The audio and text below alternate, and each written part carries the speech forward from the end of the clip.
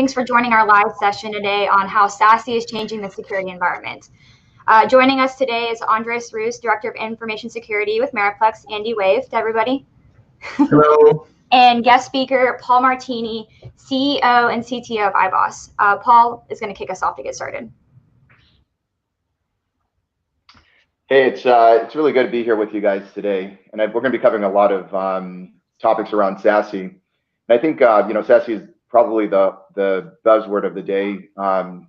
It's the foundation of all connectivity, and since users are all working remote, typically due to COVID and other things, enabling users to connect with fast and secure connections wherever they go is really important. I think it is the foundation for any cloud strategy. So if you're moving applications to the cloud, Office 365 or anything else, you can imagine what that looks like if you're running on the equivalent of dial-up connections. It's just not possible. So as we look at really how we got here, if you look at all the things that you need to do to connectivity as users connect, there's compliance, malware defense, CASB functions, data loss prevention. There's lots of things that occur while users connect to the things they need in order to remain compliant and secure. And typically, those challenges were much easily solved with traditional gear appliances, network security appliances, typically proxies. So when you think about the first phase here of this evolution, this is really the consolidation of all of your network security features into a specific into an appliance or a box. And actually, as we think about that, those appliances work when the users are in the office, but when they're actually working from home or leave the physical perimeter of that office, you can have the best network security technology in the world. If you can't apply it to the connections themselves, it's completely irrelevant. It's sort of like having a castle and moat that protects the castle, but the people aren't in the castle. They're on the field. And so the second phase here in the middle is really the remote worker or what was called the road warrior, typically the salesperson, thinking about as they leave the office, how do you provide the same level of protection, visibility, logs, and everything else to those particular users. And as you think about that scenario, typically add-on components or platforms or products that can inspect traffic from users as they work on the road. That was really the use case there. But now, as we think about the last pillar, which is the green bar here, really Gartner defined this as SASE, or Secure Access Service Edge, is really who isn't remote and who isn't mobile. Virtually anybody, if you just take a look at the Apple Store, the Dell, they don't sell desktop computers anymore. They're all laptops, phones, tablets. Basically, everything's mobile. And that means that those users and devices can use those devices to connect from anywhere. And so the last phase here is not really the consolidation of features into an appliance, but it's about how do you connect users through a cloud service in which that service provides all of the same capabilities you're used to getting with network security appliances like proxies, things like CASB, filtering, malware defense, data loss, visibility, wherever the user sits. And actually, it's what I would consider the equivalent of DVD players going to Netflix. And when you think about that, the movies, HD movies haven't changed. You're just not using a DVD player to play them anymore. And so SASE really serves that purpose. It actually makes it easier for IT staff and others to ensure that everything's in place, open up new offices and things of that nature, not worry about where a user connects. They're connecting to untrusted transport wherever they go, and that's all that matters. So Andres will cover sort of this evolution and how this looks like with today's perimeter here on the next slide. Well, thank you for that, Paul. And I was going to ask you, how is the conversation between the CTO and the CEO? Do they get to fight, and who wins the fight? And I think the CEO probably wins the fight, right? Yeah, it helps when they're in the same office, that's for sure. Okay, so talking a little bit about this change that we have, that kind of Paul talks, something that we are all aware is that, since COVID hit, the paradigm shift of those people that we have as road warriors, like the sales pretty much people, now we have pretty much between 70 to 80% of our people working remote and in the normal enterprise, right?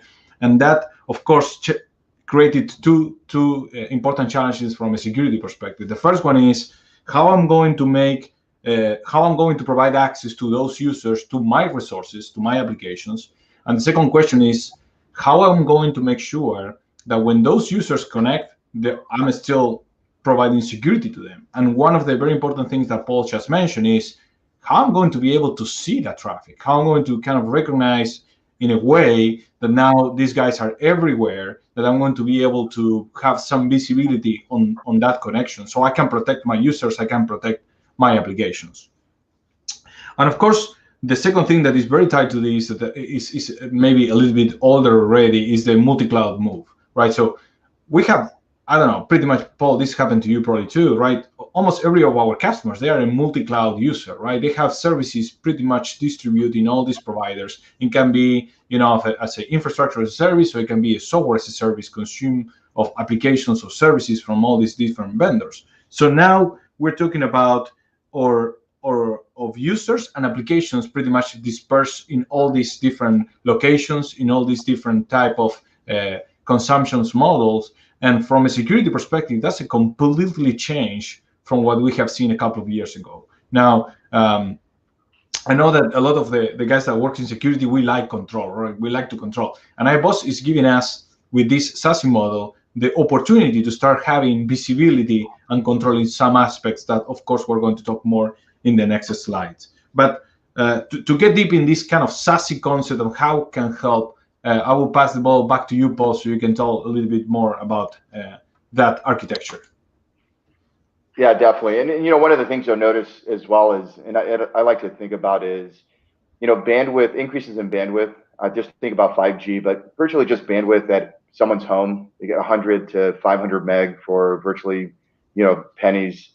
The reality is bandwidth will go up definitively, and encrypted traffic will go up definitively. And I think that, when you think about an appliance-based world, that's a big worry because typically the network team wants uptime and low latency, and the security team wants to decrypt the entire internet in order to look for botnet and everything else, but they're in direct conflict.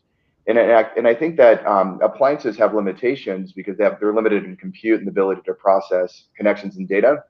And as a team, if you're trying to solve a cloud problem, cloud applications which require a lot of bandwidth, as well as a lot of encryption, if someone's working from home, you can't have plain text connections. You're going to lose passwords and information. It's got to be encrypted. So one of the things that can become a challenge is as an organization, if you're using appliances to solve a cloud problem for security, then that's when you lose sleep at night, wondering if bandwidth is going to go up, and if the appliance has enough throughput, compute, and everything else.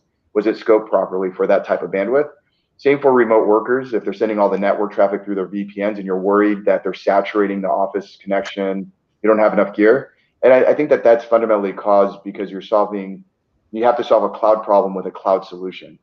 And once you move those technologies and those capabilities to a cloud service, all of those problems go away. The cloud has infinite compute. It can decrypt as much as you need. It can process as much bandwidth as you need.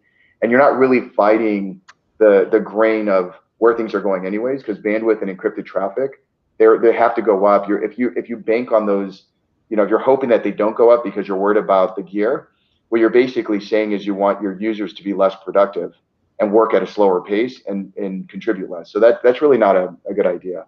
And so you can see here that when you look at SASE, the blue on the left being network, and then the green on the right being security. It's really the bridge between network and security, connectivity, and the security functions you want to apply to those connections. Things like CASB, malware defense, data loss prevention, compliance, filtering, visibility. And as a full SASE platform that relies on connecting those users through a secure access service edge to all of the resources they need, you'll see all of those capabilities that range from the network side, things like private access. Make it so that a user working from home doesn't have to turn on a VPN. They're connected to all of the applications they need in the office, on the road, in the data center, in the cloud, as if everything was in the cloud, but it's based off their role. And then on the security side, you'll see things like CASB, filtering, malware defense, data loss prevention. So all of the security functions you need. And with the SASE platform, it alleviates the location of the user is irrelevant, the volume of the bandwidth is irrelevant, all of that kind of stuff goes away. So here you can see that those are the core capabilities that you're going to want to get when you're looking at a cloud platform. Yeah, And something, Paul, that you are saying here that, as a CTO from your end, and when we sit down to kind of dimension, sometimes the architecture that makes sense for a customer, a lot of times because of price, they give up security features, as you were saying, because they need a bigger box that now is impossible for them to acquire, right, from a price perspective. Because let's be honest, we're probably seeing over 80% of the traffic right now being encrypted that is passing through, our firewalls. So to decrypt that traffic and make sure that you're still protecting the users, you need something that is powerful enough. And sometimes the firewalls are not providing the level that you require to kind of inspect that traffic. That's why, this is something that doesn't let the SASE model doesn't let you compromise on security to provide functionality and throughput to the user. Yeah, and I think that's just one of the pillars, right? So think about this: you have 1,000 users working remote, and let's just for simplicity, they have a gigabit of bandwidth, 1,000 megabit, because they have the latest broadband that's offered to their home. 1,000 megabits times 1,000 users. Do you have that much bandwidth at your location? So if you think about that, that's 1 terabit of bandwidth and throughput. And actually, there's no way that you're going to have a terabit of bandwidth and throughput at your location or your office. I mean, you're not a telco. You're not running you're not equipped for that kind of thing. So the saturation of the bandwidth itself is a problem, and then the appliances is the second problem. Because if you imagine, even if you could get the bandwidth into your data center, a terabit, to your point, Andres, how much appliances, like you would need to build a full data center. Yeah, a cluster of appliances. Yeah, it would be so astronomical. So cost would be an issue, management, and then to make things worse, people are traveling. So then now you have to figure out how to get the traffic back to the data center, which makes that even more of a challenge. So, I see one of the questions here is, how do you protect remote workers and remote users as they work, wherever they connect from? And I think that the question really here is that the traffic needs to go through the SASE service, from one way or another. And so what we typically do is, if it's an office you control and that you own the routers, you own the switches, you can use tunnels. You can use GRE and IPsec tunnels. You just naturally capture all the traffic in the office. But remember, SASE is users working from anywhere, including outside the office. You really only have 2 choices, and this is technology agnostic. Proxy, which means you use browser settings to send the traffic to the SASE service, or agents. We call them cloud connectors. The agents naturally grab the traffic, leaving the laptops and the devices, and send them to the SASE service at all times. The agents are by far the most popular. They're very lightweight, but the reason that they're the most popular is if you deal with proxy and browsers, that's only traffic in the browser. So what about SSH, RDP, anything that runs on the computer and outside the browser? You want that to feel, and you want that protection to be applied to all the connections, and you want it to be transparent to the user. So the nice thing about the ability of having, and actually Gartner in the report says leading SASE providers will require an agent. The reason they say that is, once you have that in place, it doesn't matter if the user is working from the office or working from home or working from your conference room connected to your neighbor's Wi-Fi, because all the laptops, they're not wired connections, it's wireless. So you always have the traffic going through the service. Yeah. Great points. Okay, so to expand a little bit on this concept, to understand how pretty much iboss SASE can help us to kind of understand, I would like to go through this, and Paul, please, let's work on this one together. I would like to start at the very bottom, right? We have been talking about the connectivity pretty much from any kind of device that we talk, right? Today, people don't use a single device to connect to work, to connect to consume services, to consume applications, to be able to work. You have your laptop, but then you can use a tablet, you can use your cell phone. So there's multiple amount of devices and different type of devices to consume those services. There's not anymore the computer that the company or the corporate IT will give you to consume those services. Pretty much those services can consume from any of these different devices. The second thing is what Paul just mentioned. Those devices can be in anywhere. It can be in any network, right? They can be connected from your corporate conference room, or it can be in a coffee shop, it can be in the airport, it can be at home. Right now, more than ever with COVID, and again, a lot of people working outside. I heard, I was in Cancun like 2 months ago, and I heard these people saying that they have been working from Cancun, which is great idea, for almost 6 months, right? So we have to start thinking that that's just going to happen right now. We have people coming from everywhere. And for that, let's also remember that these services are no longer in your on-prem data center only. They are being consumed in all these different multi-cloud environments. And if you have Office 365, you have Salesforce, if you are putting your infrastructure in AWS, you're talking about your services being consumed in any place. So how you close the gap between user, network, and devices. And that's where the SASE and iboss help, because they introduce all the cloud network next generation type of security in that traffic. And we're talking about, concepts that have been around for a long time, right? Firewall, APS, malware detection, data loss prevention, things that are going to help to protect that connectivity and those users. And let's not forget about SSL inspection. Anything else, Paul, that you want to add on this one? Yeah, no, I think that's important. I mean, most of the traffic here, as you think about, I always like to think about the network and the security admins. I know there's some talk that, network security is going away, or it's the end of network security. Network security isn't going anywhere. It moved to the cloud. I mean, the SASE term was defined in a paper called The Future of Network Security is in the Cloud. And so your job doesn't go away, it doesn't change. It enables you to be more agile, more responsive. You want to open an office, you want to have users work from Cancun or anywhere else. Why should you worry about that or deal with having to get gear in place or cluster the gear, do any of that kind of stuff? You can get those capabilities at scale and through a standardized process because the cloud enables them. And so this idea here, as you see any device, any location, any network, they're always going through the service. Your security policies, your visibility is always in place at scale, wherever the users go. Yeah, that's great. Okay, we have a question from Trail Flores. Paul, do you want to take this one? Yeah, definitely. Yeah, so zero trust and SASE, obviously there's correlation between the two, a very close correlation.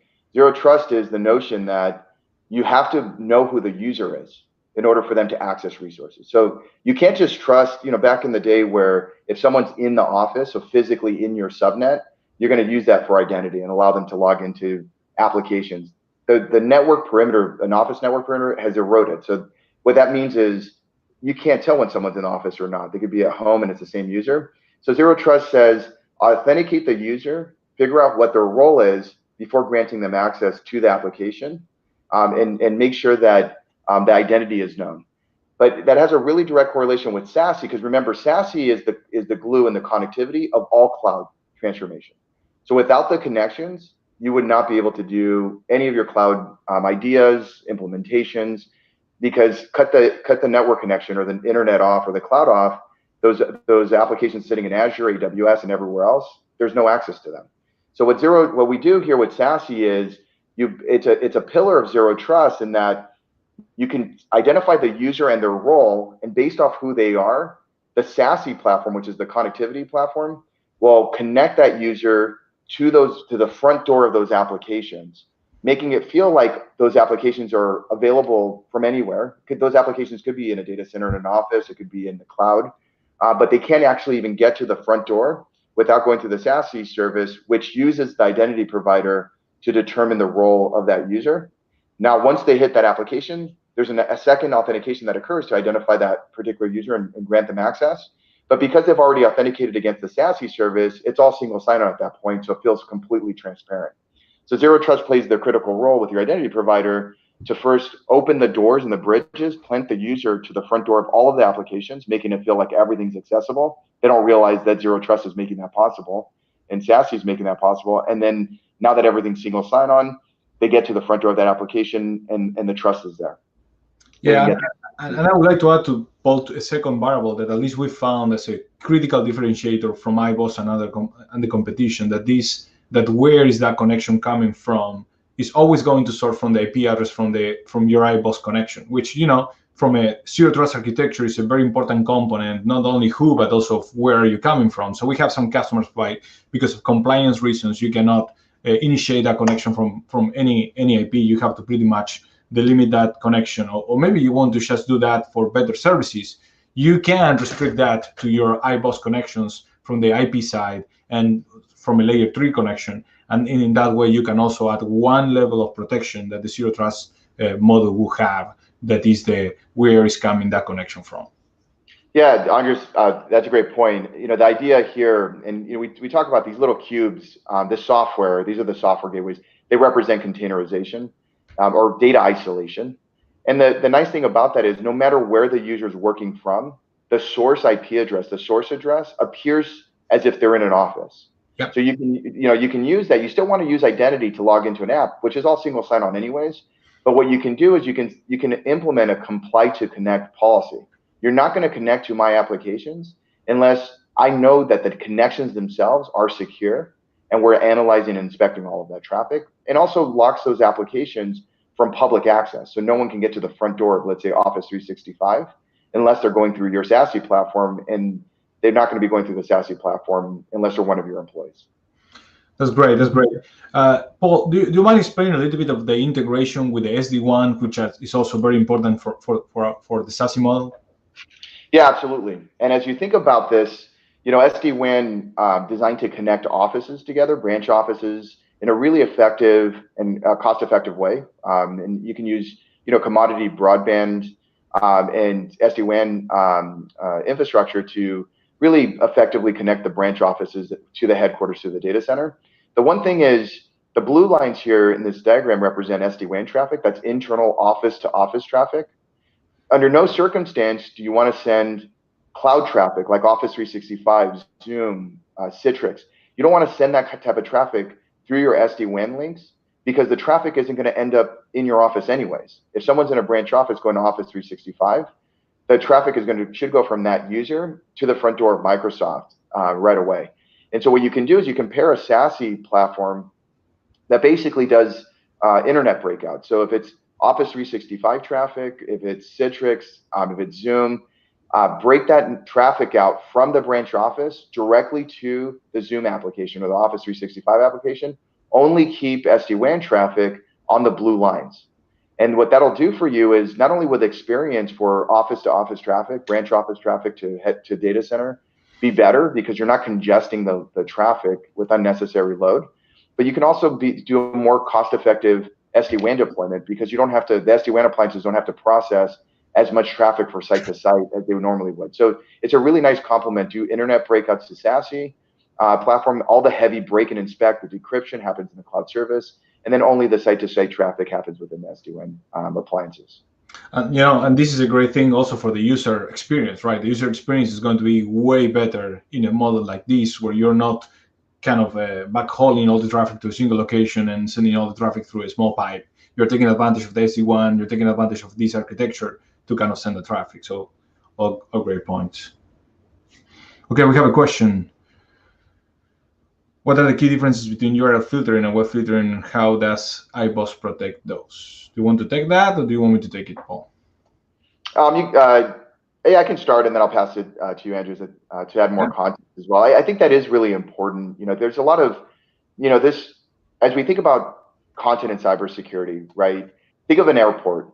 If the bags are going through the security, TSA or anything else, you have to look in the bags. You can't just look at the ticket and say, if they're going to Los Angeles, it must be good or bad, or the destinations.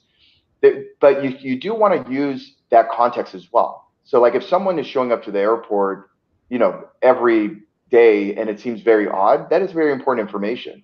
But always inspecting the content in the bags is a fundamental requirement. So as you think about not just URL or web filtering, I think what's important here is that SASE platforms provide full content inspection, meaning you can look at the full page content, the zip files, the PDFs, the Excels, and run them against malware engines, feeds, analysis to understand, regardless of where the destination is, what is this content? Is it data loss? Is it malware? Is it violating compliance, like let's say messaging for SEC compliance?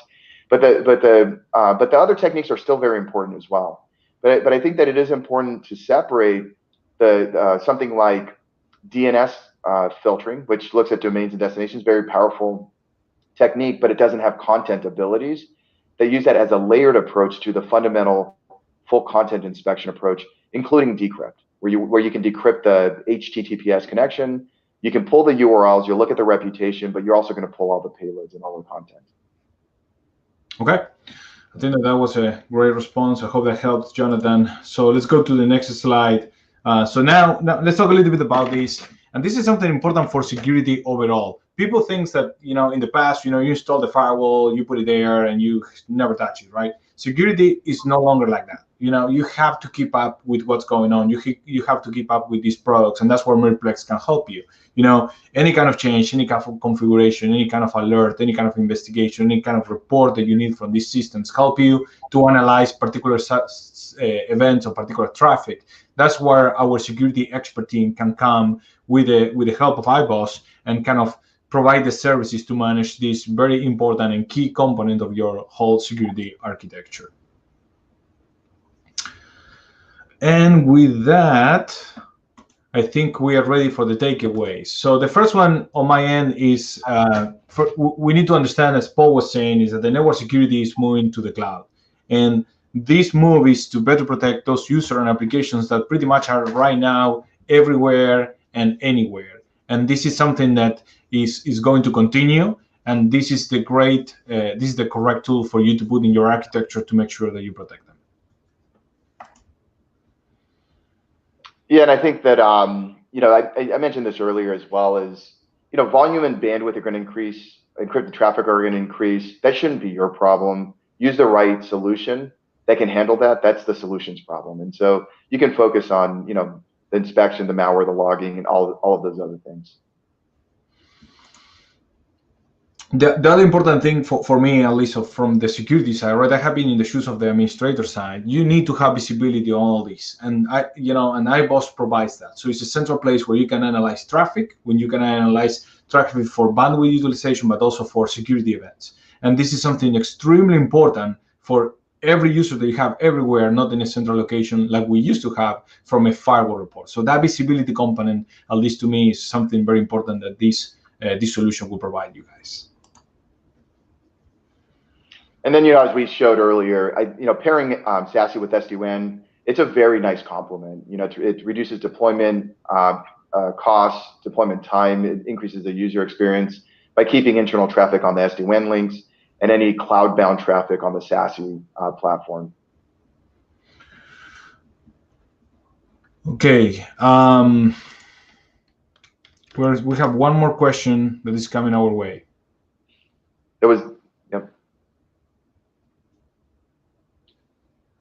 Do you want to take that, Andres? Or? Yeah, so how the connector will connect to SASE encryption-wise. So normally we will recommend, of course, to use IPsec. In our case, we normally will use an IPsec connection between the SASE and the SD-WAN. We don't like that to be, in a different way, so we can encrypt that traffic. So we normally would use IPsec to encrypt that traffic. Yeah, the other thing to keep in mind is the goal of the agent or the connector is to steer traffic through the cloud service. So because that's the purpose, the encryption when they're mobile, remember the traffic was going out to the internet anyways. So any internal traffic, TLS, is what's used encryption. Yep. Cloud traffic is steered through the service. So it's really lightweight, super fast. And actually what we end up using is stateless HTTP tunneling. Yeah. Okay, so with that, I'm going to probably close for the day.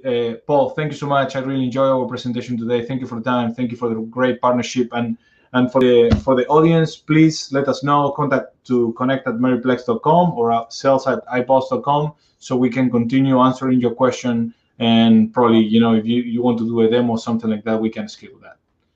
Thank you, guys, and have a great weekend. Thank you, Paul.